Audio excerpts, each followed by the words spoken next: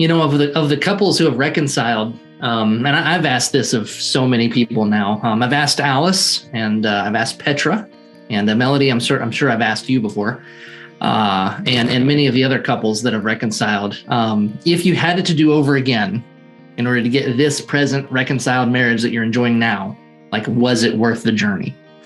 And I've never had somebody tell me no, not ever. Nobody ever was like, oh, no, you take him, and, like, nobody has ever said that. They've always said, you know what? I hated every minute of it. It was terrible. But I have a better marriage now. It was worth the journey to go through the pain to get the better marriage.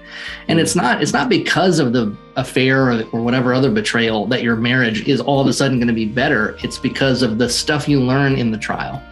Yeah. And you all being here and learning, you're learning the right stuff. If your marriages are restored, you're going to experience this, it's so much better. The things that other marriages don't actually reach. Mm-hmm. It's brilliant. And for those of you whose marriages are not restored, well, you know what? You're still going to be better off. Your future is different.